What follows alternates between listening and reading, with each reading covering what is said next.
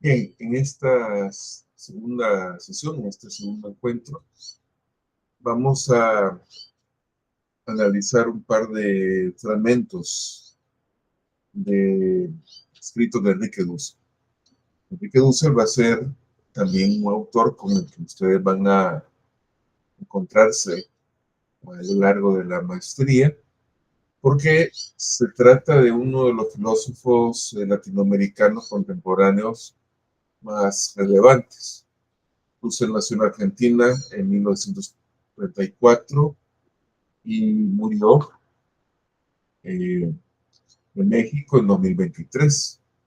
Es uno de los nombres fundamentales dentro de la filosofía de la liberación, que surge en Argentina, o por lo menos uno de los núcleos de la filosofía de la liberación, que surge en Argentina en los años 70.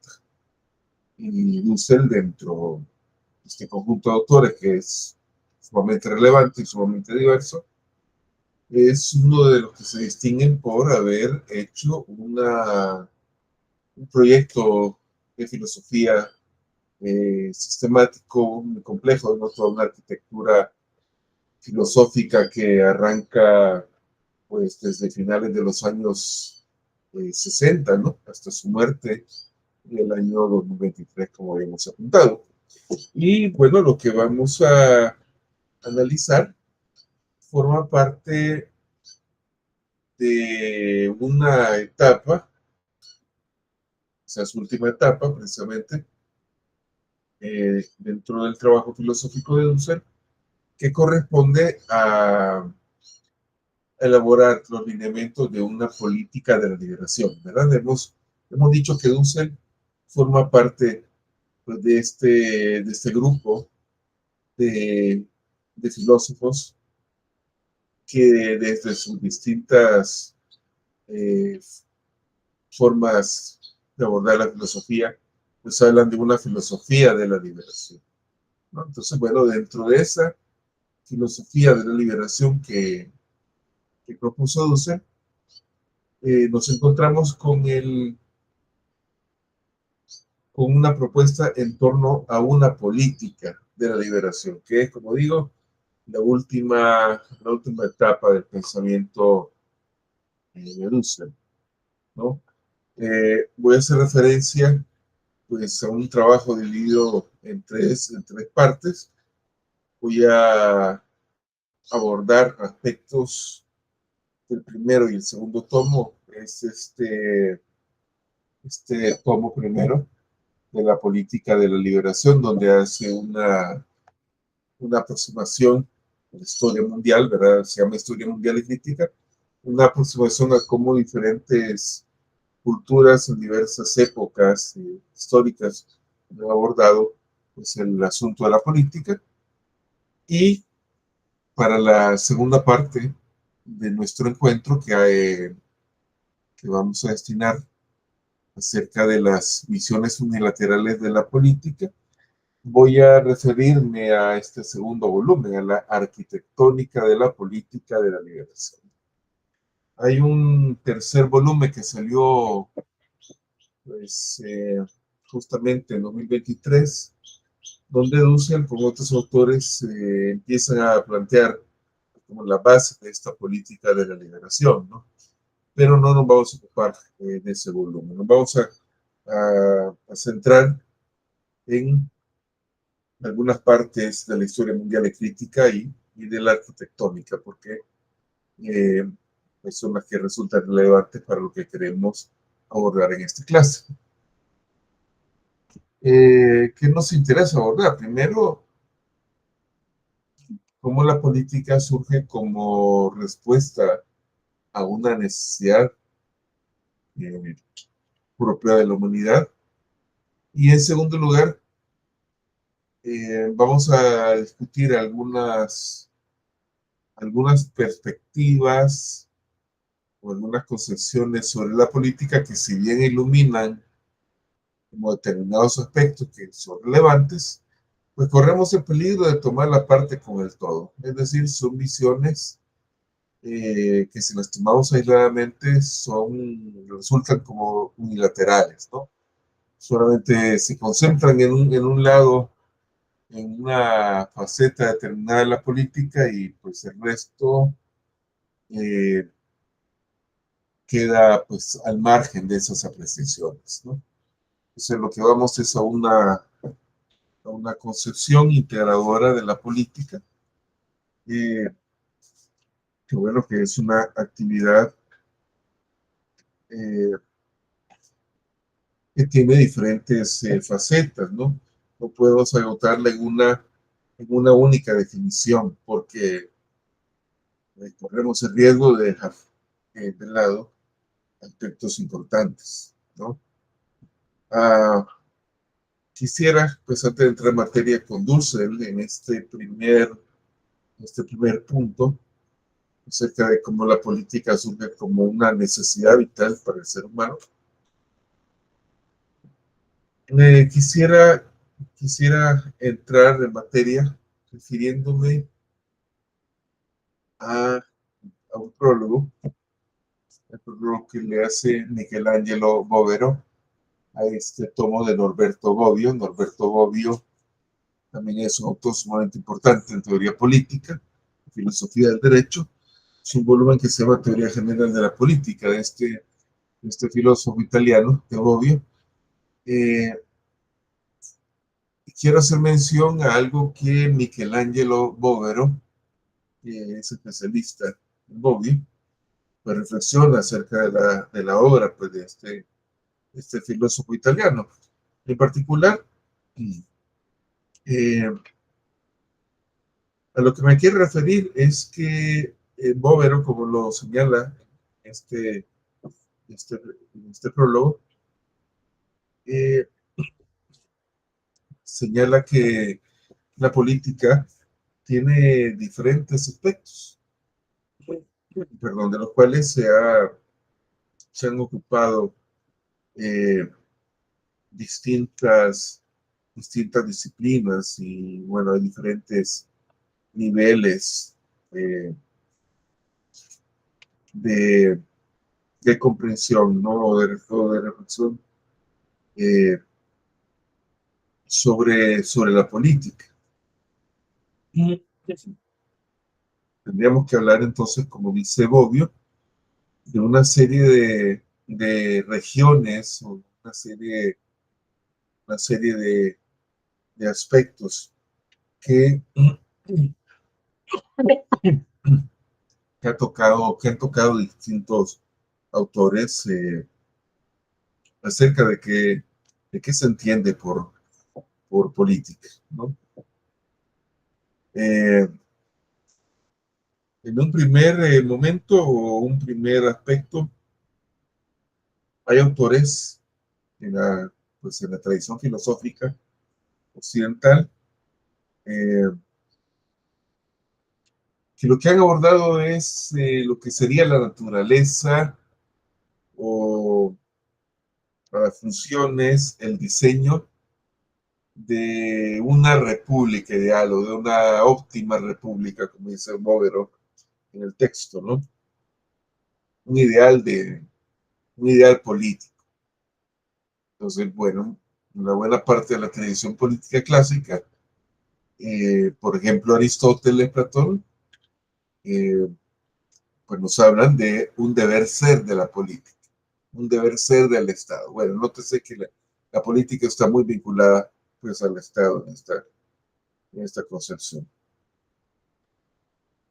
Una segunda forma de aproximarse a la política sería la búsqueda del fundamento último del poder, es decir, el problema de la legitimidad del orden político. ¿De dónde procede la legitimidad de la política? Es decir, ¿cuál es la fuente de legitimación de un orden político, de legitimación eh, de un gobernante, por ejemplo, o de un Estado? Aquí encontramos, pues, en el pensamiento filosófico moderno, planteamientos, por ejemplo, como los de Hobbes y Rousseau, Hobbes y Rousseau, que son filósofos más vinculados a la modernidad, hay pues teorías acerca de cómo el poder del Estado eh, proviene de un contrato social, ¿verdad? Un pacto social que es la fuente de legitimidad del Estado. Hay otras teorías, ¿no? Acerca de la fuente de esta legitimidad, ¿no?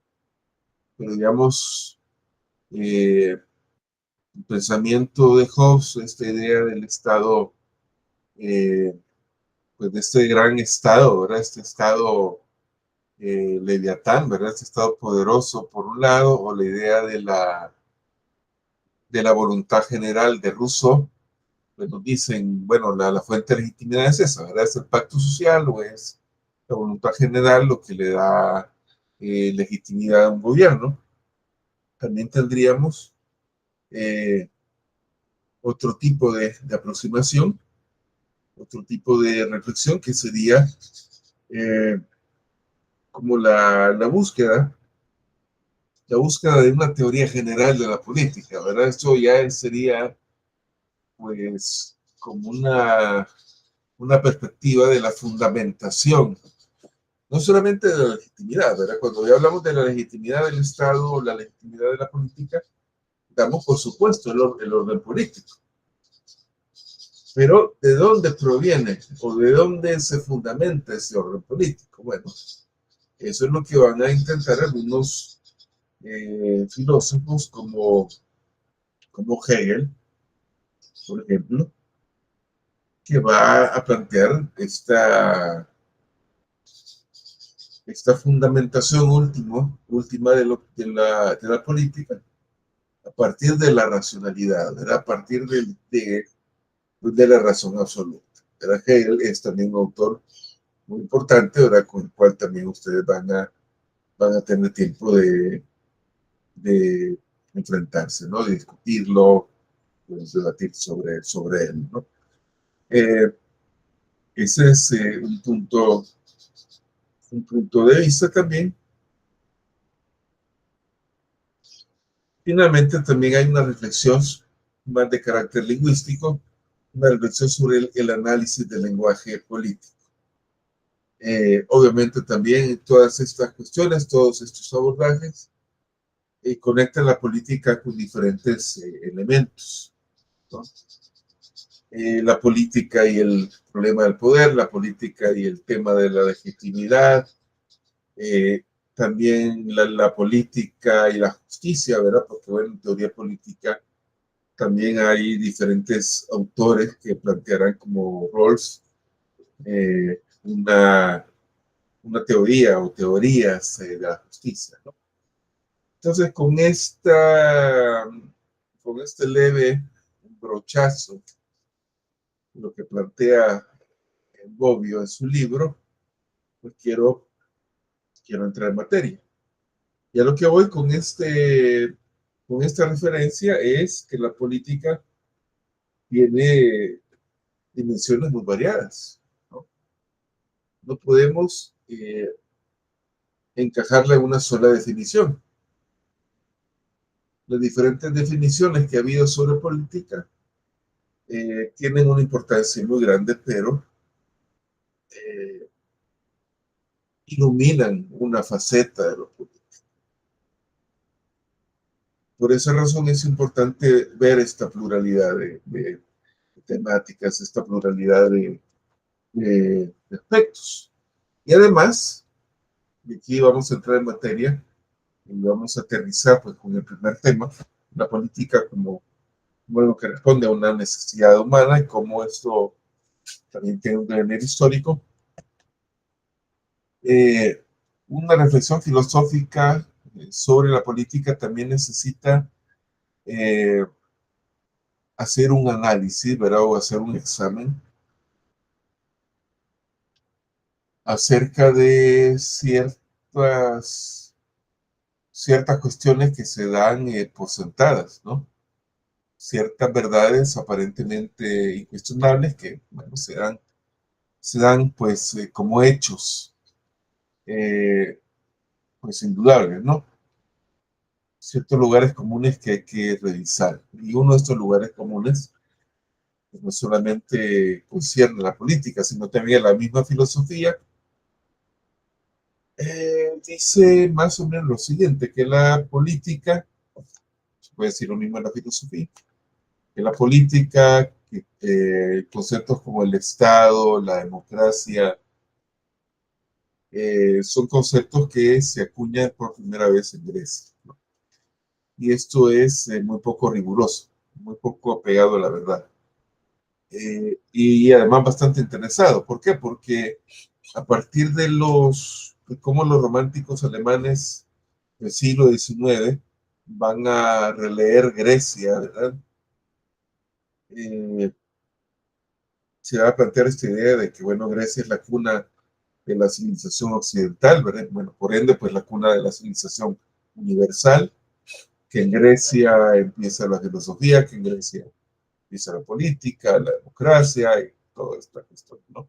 Entonces, toda esta serie de, de supuestas verdades, ¿no? Que habría que examinar, habría que ver con un lente crítico. El problema con esto es que es algo que no le hace justicia ni a la cultura griega ni tampoco a la misma política o la filosofía. Porque se plantearía Grecia, esta idea de Grecia como la gran cuna de la civilización, como Grecia, como una especie de lugar y de temporalidad en la cual la cultura occidental nace, como una especie de generación espontánea. Grecia sería como pues la gran parteagua de la historia, sería como la gran división entre pues, toda la historia anterior. Bueno, toda la historia anterior realmente no sería muy relevante. Hablaríamos de historia en un sentido propio con los griegos, unos griegos occidentalizados. Y esto deja de lado varias cosas. Primero, que Grecia no es una cultura occidental, entre comillas. Lo de Occidente es una invención de la modernidad. Es decir, bueno, de lo que genéricamente consideramos o conocemos como el Renacimiento, la época moderna, pues ya habrá más lugar para discutir esto con amplitud. Eh, la cuestión de Occidente es una invención tardía, ¿no? Por un lado. Y, digamos, forma parte de un proceso, ¿verdad?, de legitimación. Bueno, hoy estamos hablando de narrativa, bueno, de una narrativa de la historia universal, entre comillas, que comenzaría en Grecia, tendría como un espacio, un interregno vacío en la llamada Edad Media, eh, tendría un repunte en el Renacimiento y en la época moderna. Y así tenemos un retrato o un relato bastante simplista, ¿no?, de la cultura y de la llamada historia universal, ¿no? Entonces Grecia aparece como la cuna de Occidente, pero Grecia eh, tampoco es una cultura pura, entre comillas, o puramente occidental o europea, que Europa también es otro invento posterior, ¿no? El concepto de Europa como tal. Sino que Grecia, por su misma situación geográfica, es un punto de encuentro, es un punto de convergencia eh, dentro de un ámbito geográfico, cultural y político muy diverso, que es toda la cuenca del Mediterráneo. Mediterráneo no solamente es Europa o Grecia, sino que también es el norte de África, ¿verdad? Es Egipto, es el Oriente Próximo, ¿verdad? Culturas como Babilonia, bueno, las culturas mesopotámicas, ¿no? Siria, Babilonia, eh, es un punto de convergencia de diferentes culturas. En buena medida lo que va madurando en Grecia es la recepción de diferentes tradiciones culturales. del Asia y de África, ¿verdad? Egipto, pues las culturas mesopotámicas, la India. Por ejemplo, en Platón usted va a encontrar eh, una concepción según la cual el alma humana es inmortal y no hace otra cosa que ir cambiando, digamos, de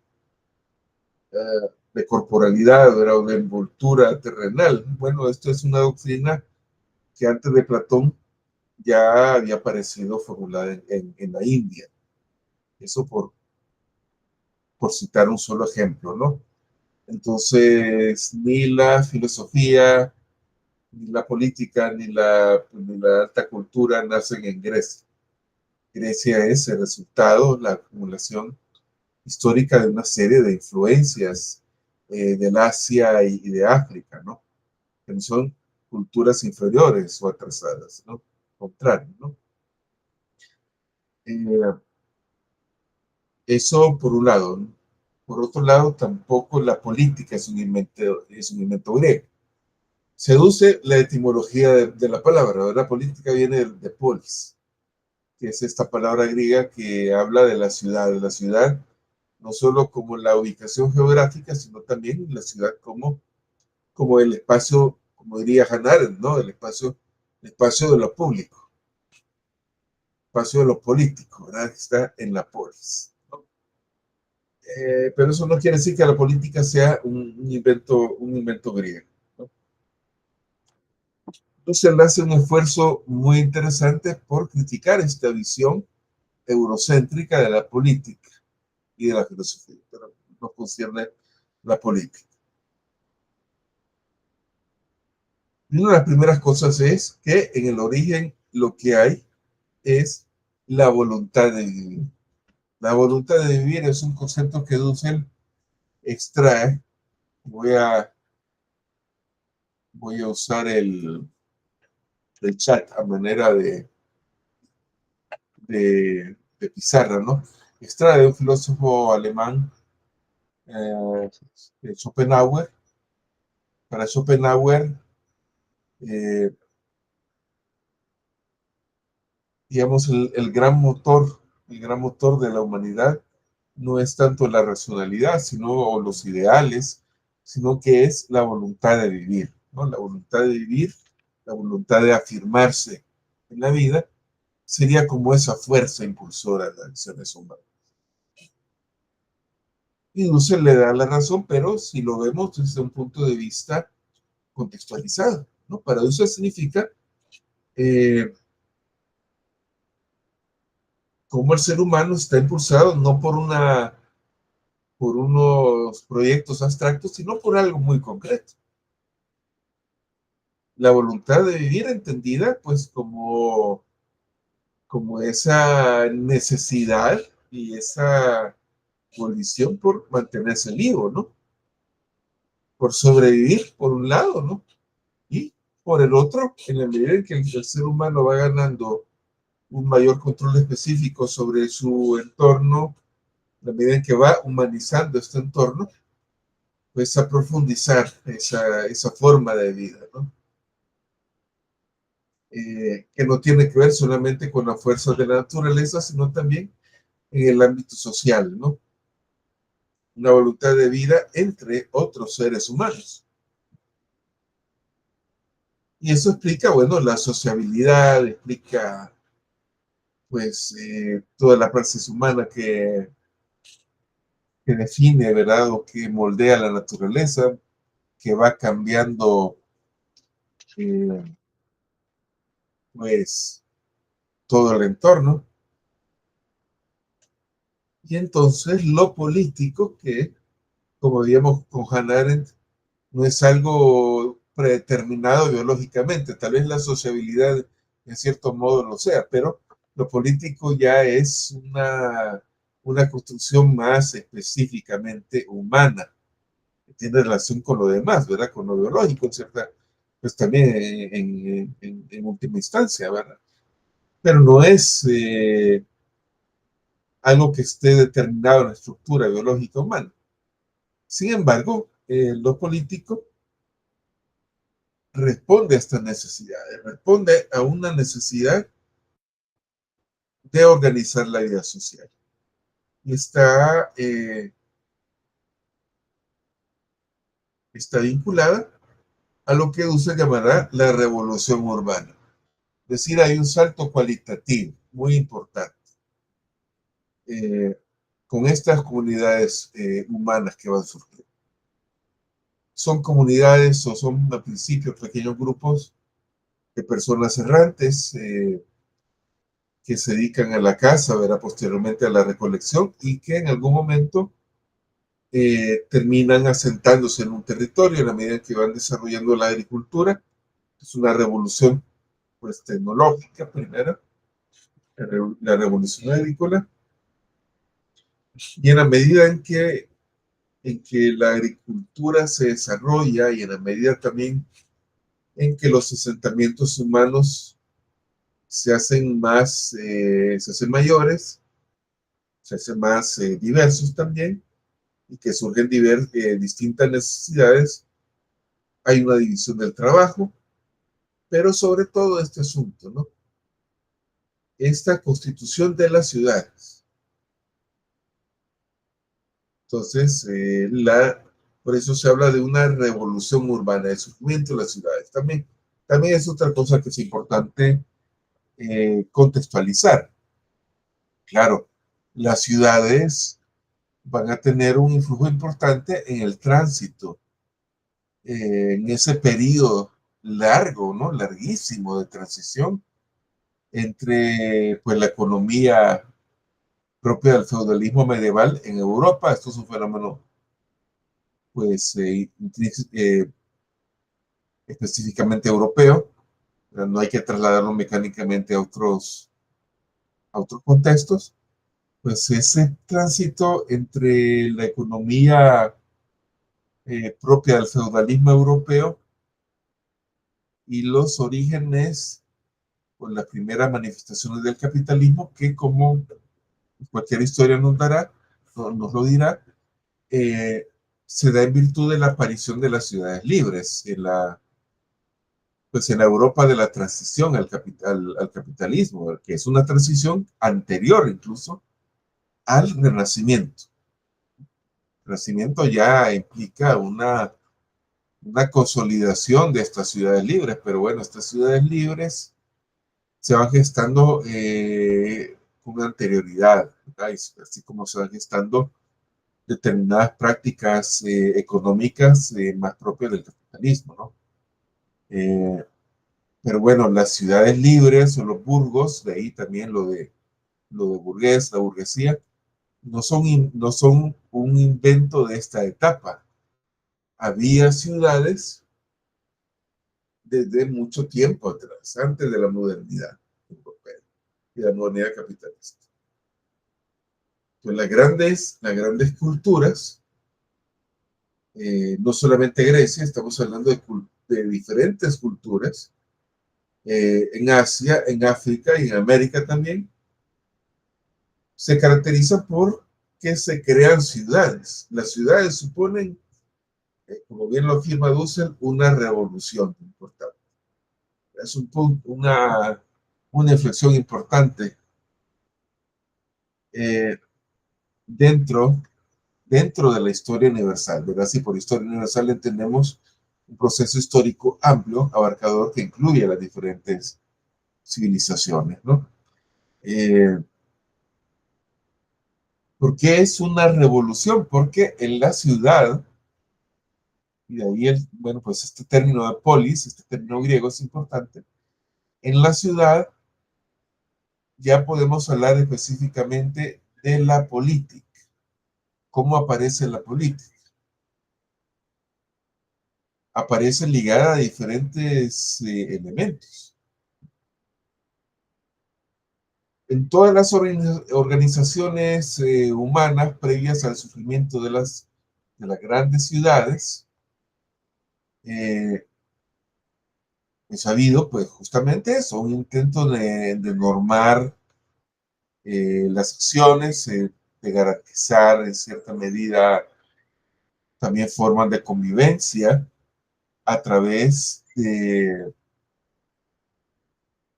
ciertos preceptos, de ciertos mecanismos, a través también de las figuras de autoridad, ¿verdad? Surgen, pues, en estas primeras colectividades preurbanas, figuras de autoridad, ¿no? En la medida en que estas colectividades se van desarrollando, se va estableciendo como una diferenciación muy clara entre los miembros de la sociedad. Por ejemplo, si hacemos una especie de historia o de, qué sé yo, de sociología comparada entre las distintas formas de organización social en América previas a 1492, o específicamente en Centroamérica, nos vamos a encontrar como con tres niveles de organización social distintos, ¿no? Diferenciados por condiciones geográficas muy particulares, ¿verdad? Muy específicas, ¿verdad? Una cosa es, pues, el tipo de colectividades humanas con las que se encuentran los europeos en el área de Mesoamérica, es decir, el centro de México hacia la zona del Pacífico de Nicaragua, Costa Rica, el territorio salvadoreño, la costa atlántica, la costa pacífica, perdón, de Guatemala, la parte central de Honduras, la costa pacífica de Nicaragua y bueno, el valle central de Costa Rica, pues ahí encontramos propiamente hablando ciudades-estado. En la costa atlántica, eh, debido a que había unas condiciones geográficas sumamente difíciles, ¿no? En Mesoamérica, por la misma geografía, fue posible que surgiera la agricultura, que se desarrollara, que hubiera asentamientos permanentes y tal, pues en la costa atlántica, con unas condiciones geográficas sumamente difíciles, una región muy expuesta también al influjo de los huracanes en el Caribe, vastas zonas selváticas o pantanosas, no eran las condiciones propicias para el desarrollo de la agricultura. Entonces se encontraron los europeos con grupos humanos, muchos de los cuales eran pequeños grupos errantes, ¿verdad? Tribus en un sentido estricto, o pequeños o grupos un tanto más grandes que hacían pues asentamientos temporales, ¿no? Que se movían de un lugar a otro. Eh, en buena medida esto habla como diferentes estadios también de la organización social. En Mesoamérica ya podemos hablar de ciudades, porque no son solamente pequeños asentamientos, como si lo hay en otras regiones de Centroamérica, sino que son asentamientos grandes, ciudades en un sentido estricto, donde está claramente diferenciado eh, la distribución geográfica y arquitectónica, ¿verdad? Los centros de poder político y religioso, los lugares donde viven los diferentes grupos sociales, eso está ampliamente organizado en las ciudades de Mesoamérica y eso se puede aplicar, pues, también a las grandes ciudades de la antigüedad, Mesopotamia, el antiguo Egipto, donde podemos hablar de ciudades. Eso si lo queremos ver desde el punto de vista geográfico, desde el punto de vista urbanístico, ¿no? También la palabra urbanístico, la urbe, habla de la ciudad. Con urbanístico me refiero a esto que decía hace un rato, y de cómo en estas ciudades está claramente diferenciado pues los centros del poder, ¿verdad? El templo, los lugares donde, donde está concentrada la clase gobernante, etcétera. Eso por una parte. Pero por otra parte, esta revolución urbana significa el surgimiento del Estado. En las otras formas de organización social anteriores, eh, hay un intento de normatividad, hay un intento de normar la convivencia de los miembros de las tribus o de los pequeños asentamientos. Hay ciertas normas de conducta. Muchas veces son las mismas tradiciones orales de los pueblos.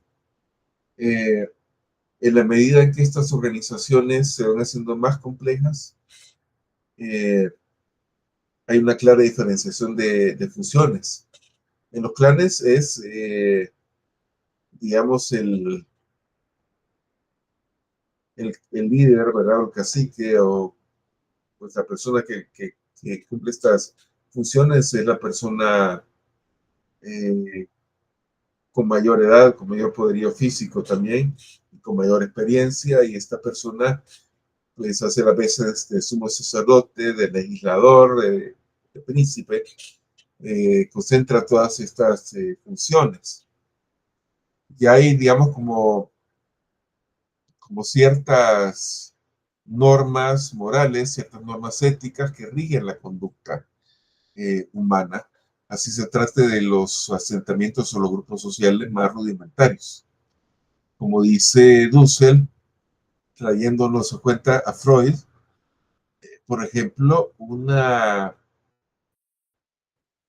ordenamiento ético importante proviene de la prohibición del incesto.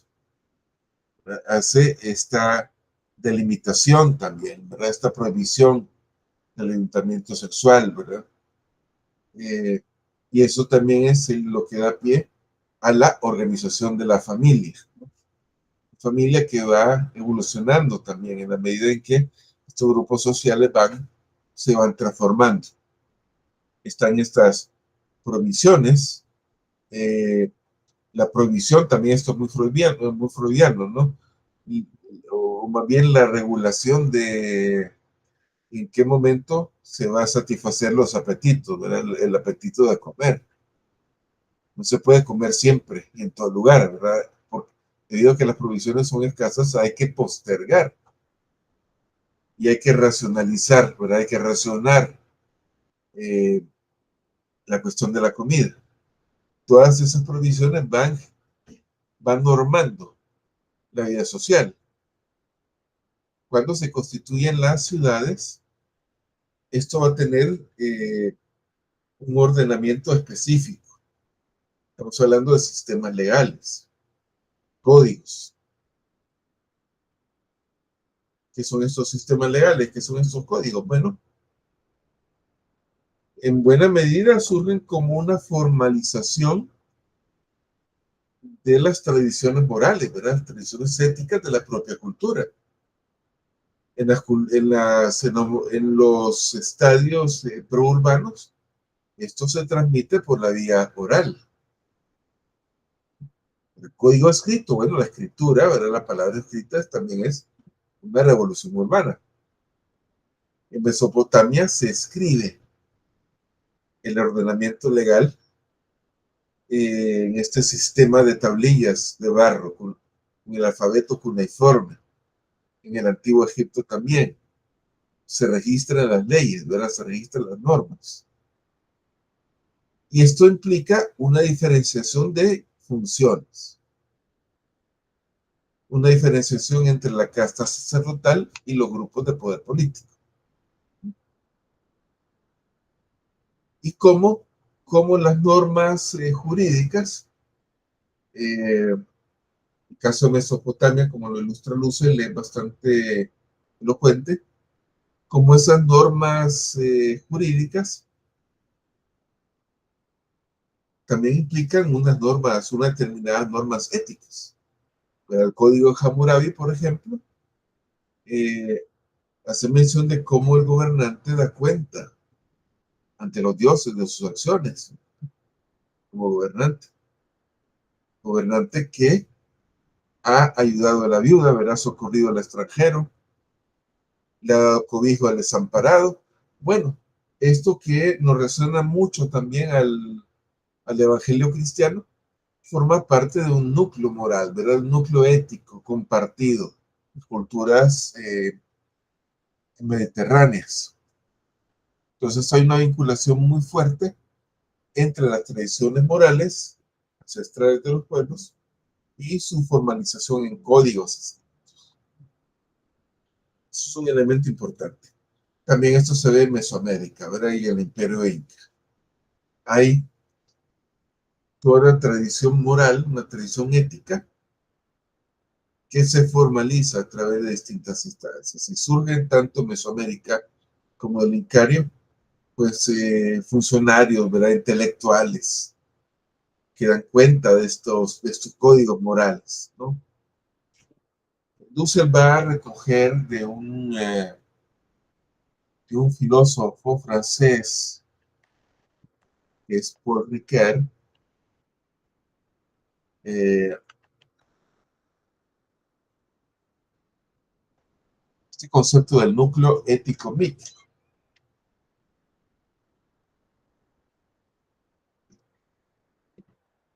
Y este concepto es importante porque eh, da cuenta de la relación que tienen las tradiciones éticas eh, con los cuerpos legales y con la reflexión filosófica. Entonces, para Paul Ricoeur, eh, antes de hablar, por ejemplo, si estamos hablando de Grecia, antes de hablar de una ética filosófica como la ética a Nicómaco de Aristóteles, o de hablar de los grandes cuerpos legales atenienses, ¿no? La legislación de Solón, por ejemplo. Existe en Grecia, como en cualquier otra cultura, lo que este autor francés llama el núcleo ético-mítico. Es decir, en las raíces culturales de cada pueblo hay eh, una serie de visiones sobre el deber ser de la sociedad, una serie de concepciones morales que rigen la conducta humana, que establecen prohibiciones, que establecen ideales también de conducta, y que están expresados en los grandes relatos míticos de todas las culturas. Es el núcleo ético mítico. Es decir, si exploramos el mito o los grandes mitos con una mentalidad abierta, es decir, con una mentalidad que vaya más allá del viejo prejuicio ilustrado, según el cual los mitos son simples leyendas, ¿verdad? Simples relatos sin mayor valor. En realidad estamos muy ciegos. Parte de la riqueza intrínseca del relato, ¿no? El mito concentra para Ricoeur eh, toda una visión del mundo, una visión de la realidad, una visión del deber ser, ¿verdad? Es una guía para la conducta, ¿verdad? Nos enseñan a través del relato cómo actuar, cuáles son los ideales, cuál es el ideal de hombre y mujer de cada conducta. Eso en Grecia, dice Ricoeur, está plasmado en la Ilíada de Homero, en pues en los grandes relatos míticos, en las grandes historias míticas, eh, en todos estos relatos de los mitos de la antigüedad griega. En todos estos relatos hay una concepción de la ética, una concepción moral, ¿verdad? Una concepción del deber ser del ser humano. Igual que podríamos decirlo en las culturas mesoamericanas, el Popol Vuh. Ahí está nuestro núcleo ético mítico. No es solamente un relato de las diferentes creaciones del hombre, del ser humano, por parte de los dioses de Mesoamérica, sino que establece cuáles son los parámetros que hace que el ser humano sea humano. ¿Qué es lo que humaniza al ser humano? Y lo humanizan dos cosas, entre tantas. Primero, una relación estrecha con la divinidad. O ser humano se humaniza en la medida en que reconoce a los dioses,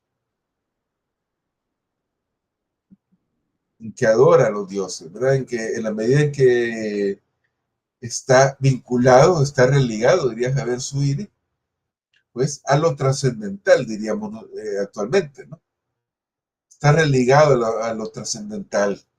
No se puede concebir como lo hace el hombre occidental, ¿verdad? Que ve solamente su individualidad. Para ser humano, desde este punto de vista, debe reconocer su ligación con lo divino. Pero por el otro lado, como son hombres de maíz, también es la ligación con la naturaleza, la ligación con la tierra. Eso es lo que humaniza. Si el hombre se olvida de los dioses, si se olvida de la naturaleza, se olvida de la significación del maíz, se deshumaniza, ¿verdad? Se pervierte. De ahí el fracaso, por ejemplo, de esos hombres de barro, esos hombres de madera que terminan deshaciéndose con la lluvia, no tienen consistencia, no tienen una consistencia moral, o terminan convirtiéndose en simios, ¿verdad? Tampoco son suficientemente humanos, porque no están religados, ¿verdad? No están vinculados con lo divino, están vinculados a la tierra. Entonces hay un núcleo ético mítico ahí muy fuerte. Ese núcleo ético mítico, como dice Riquet, se expresa pues estéticamente a través de la leyenda, de los grandes, estos hermosos relatos míticos de toda nuestra cultura. Van a tener o se van a interiorizar en nuestras culturas y van a formar parte del sentido común, de la forma cotidiana que vemos la realidad. A partir de los dichos populares, de los refranes populares, ¿verdad? Esta sabiduría popular colectiva, ¿no? Que formaría pues lo que junguianamente llamaríamos el inconsciente colectivo. Y luego tendrán un nivel superior de formalización. Por un lado, la formalización pues, jurídica, de las leyes no se inventan de la nada, sino que están vinculadas a las tradiciones, por eso se habla de un derecho consuetudinario, el derecho que da la costumbre, es una fuente del derecho, ¿verdad? La costumbre, las tradiciones, que obviamente pues hay que hacer un examen crítico de esa costumbre y esas tradiciones, ¿verdad? Para ver si son costumbres y tradiciones alienantes o si son humanizantes. Pero bueno, aparte de eso, de esta formulación o esta formalización jurídica, el Código Hammurabi, ¿verdad? El derecho romano, eh, las distintas legislaciones en Mesoamérica y el Incario, las leyes modernas, también está la formalización ética, que no es otra cosa, como dice Riquet, que la formalización en categorías filosóficas, específicamente éticas, de ese núcleo ético mítico. Es decir, para Riquet, como lo destaca Dussel, un libro suyo que se llama Humanismo Helénico, la ética aristotélica, la gran ética Nicómaco, no es una invención de Aristóteles. Es algo cuyas fuentes se remiten a toda esta zona mítica, ¿verdad? A todos estos relatos populares, a toda esta tradición de los mitos helénicos, que son sumamente ricos, ¿verdad? Como en cualquier otra cultura.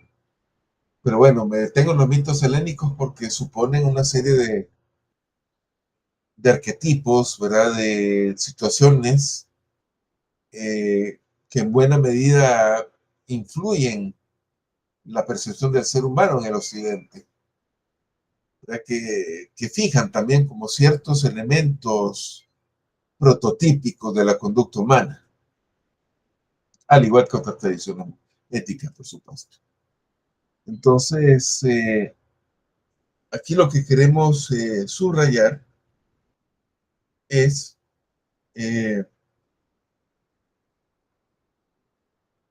cómo el ámbito ético, como el ámbito, perdón, político está vinculado a todas estas tradiciones éticas de los pueblos, que por supuesto van a complejizarse conforme también la vida en las ciudades va haciéndose más compleja. Muchas de estas ciudades a lo largo de la historia van a pasar a constituirse en repúblicas y en imperios. Mesopotamia, ¿verdad? En la misma Grecia, Roma. ¿Por qué Roma es relevante? En muchos sentidos para entender la política. Bueno, pues, no solamente por este cuerpo de leyes que es el derecho romano, sino también porque vemos reflejado en ese tránsito de la república al imperio, pues también una serie de instancias, de momentos, de procedimientos políticos, incluso de trampas políticas, ¿verdad? Que marcan mucho el quehacer político eh, posterior, para bien y para mal, ¿verdad?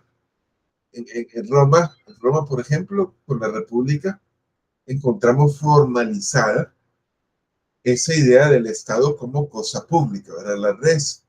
La res pública. También el imperio, ¿verdad? Como eh, el salto de la República al imperio implica una revolución importante, una revolución política importante.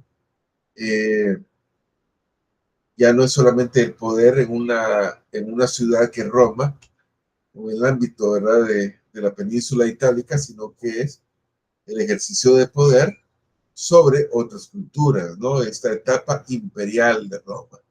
Es importante estudiarla.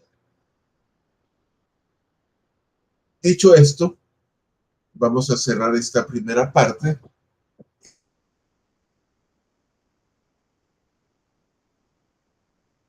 Vamos a la segunda parte de nuestro encuentro. Sobre cómo la política tenemos que verla eh, desde una perspectiva plural, desde una perspectiva diversa, que articule las distintas facetas del quehacer político. Eso lo veremos en la segunda parte.